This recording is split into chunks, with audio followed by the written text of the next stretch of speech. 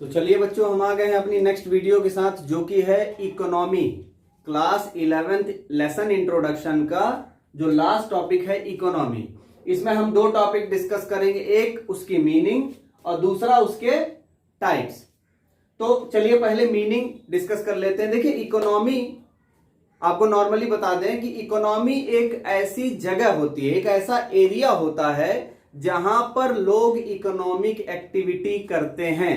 Economic activity का मतलब होता है ऐसी एक्टिविटी जिससे चार पैसे कमाए जा सकें। फॉर एग्जाम्पल आप मान लीजिए कि जैसे एक्टिविटी अगर आप पूरे कंट्री की या पूरे वर्ल्ड की एक्टिविटी को अगर आप डिवाइड करें तो लोग दो ही तरीके के काम करते हैं। एक ऐसा काम करते हैं जिससे उन्हें सेटिस्फैक्शन मिलता है, जैसे किसी बूढ़े की मदद कर दिया, किसी गरीब को रोड क्रॉस करा दिया, कोई अगर जैसे पूजा पाठ से रिलेटेड चीजें होती हैं। ये चीजें क्या है, ये चीजें हमें पैसे नहीं देती हैं लेकिन हमें आत्मसंतुष्टि यानी कि सेल्फ सेटिस्फैक्शन देती हैं। तो ऐसी एक्टिविटीज को हम कहते हैं नॉन इकोनॉमिक एक्टिविटीज।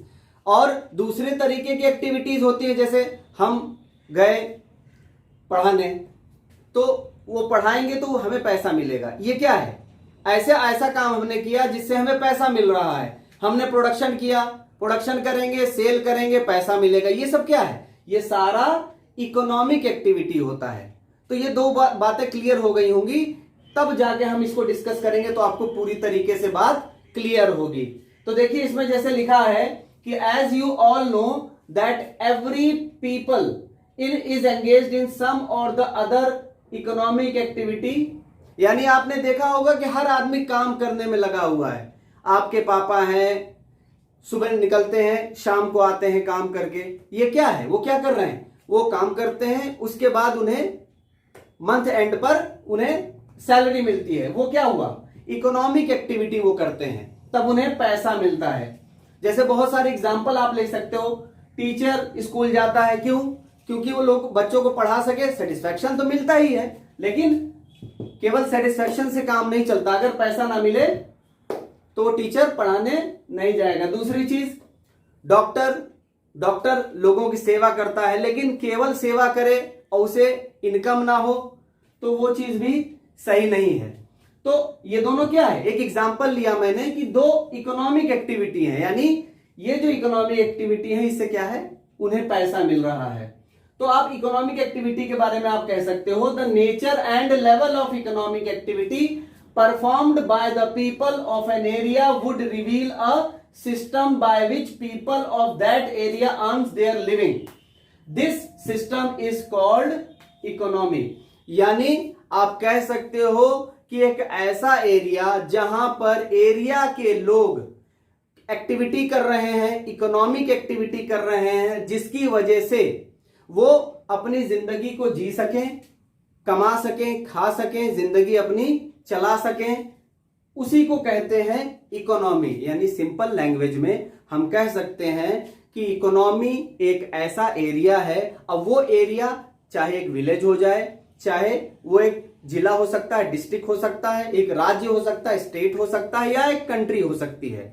हर वो जगह जहां पर इकोनॉमिक एक्टिविटी हो रही है, यानी प्रोडक्शन हो रहा है, इन्वेस्टमेंट हो रहा है, ये सब क्यों होता है, क्योंकि इससे इनकम जनरेट होती है। तो हर वो जगह जहां पर इकोनॉमिक एक्टिविटी हो रही है वो जगह इकोनॉमी कही जाती है। क्लियर हो गया होगा। नेक्स्ट आते हैं टाइप्स ऑफ इकोनॉमी में।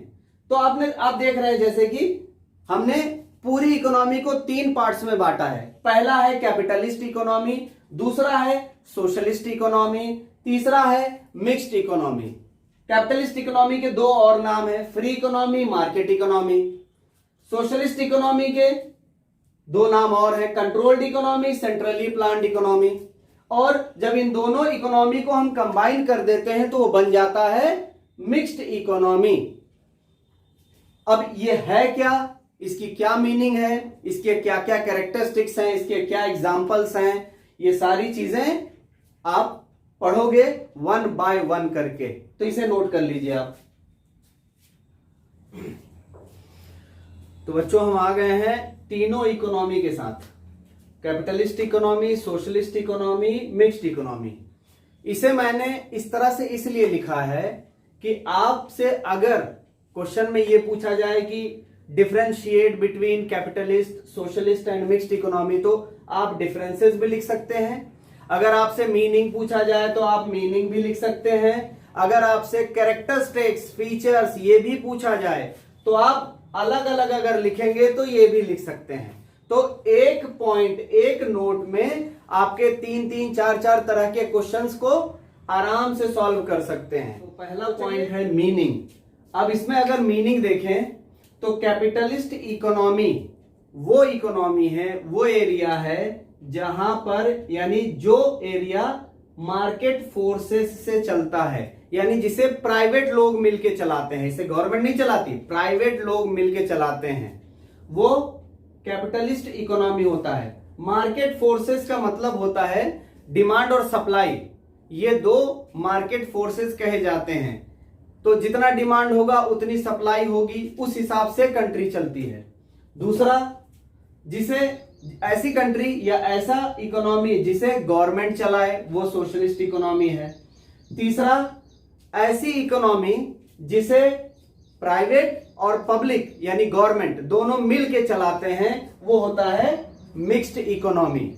तो पॉइंट क्लियर हो गई, जिसे प्राइवेट लोग मिलके चलाए वो कैपिटलिस्ट, जिसे गवर्नमेंट केवल चलाए वो सोशलिस्ट, और जिसे दोनों मिलके चलाए वो मिक्स्ड इकोनॉमी। इसीलिए इसको मिक्स कहा जाता है। जहां पर कैपिटलिस्ट और सोशलिस्ट दोनों मिक्स हो जाते हैं वो मिक्स्ड इकोनॉमी में आ जाता है। हमारी कंट्री, हमारी इंडिया जो है वो मिक्स्ड इकोनॉमी है, यानी केवल गवर्नमेंट ही नहीं, उसे प्राइवेट और गवर्नमेंट दोनों मिलके चला रहे हैं। दूसरा है मोटिव, यानी उनका उद्देश्य क्या होता है। तो प्राइवेट अगर कोई आदमी है तो प्राइवेट सेक्टर का क्या मोटिव होता है, ज्यादा से ज्यादा फायदा कमाना, प्रॉफिट मैक्सिमाइजेशन। वहीं पर अगर गवर्नमेंट का देखें, सोशलिस्ट इकोनॉमी का देखें, तो उसका मोटिव क्या होगा।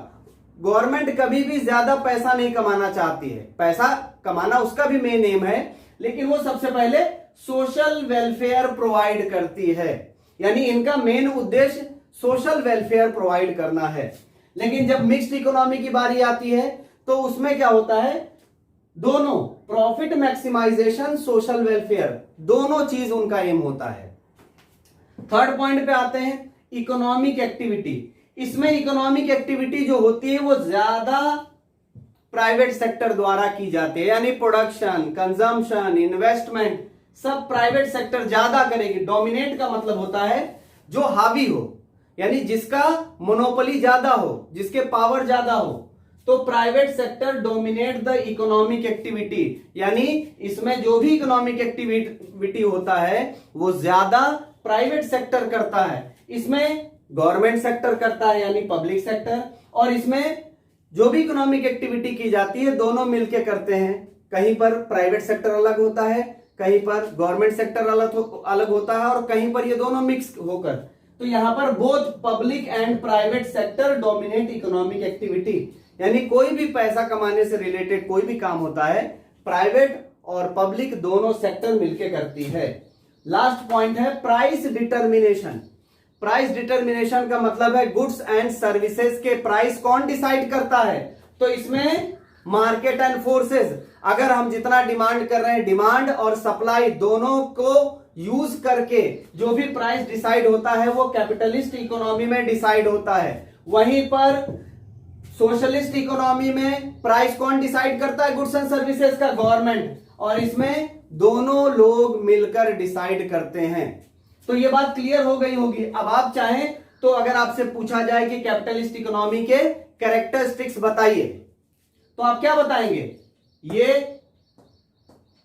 अलग अलग फीचर्स हो गए, कैरेक्टरिस्टिक्स हो गए, इसके भी अलग से हो गए, इसके भी अलग से हो गए। और अगर आपसे डिफरेंस पूछ लिया जाए तो उसको ऐसे फॉर्मेट में मैंने लिखा है कि डिफरेंस भी हो जाएगा।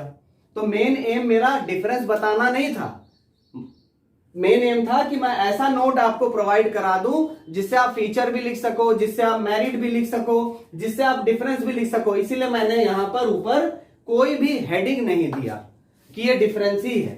ये आपका अलग अलग पढ़ोगे तो फीचर भी हो सकता है, और एक साथ ऐसे पढ़ लो तो डिफरेंस भी हो सकता है।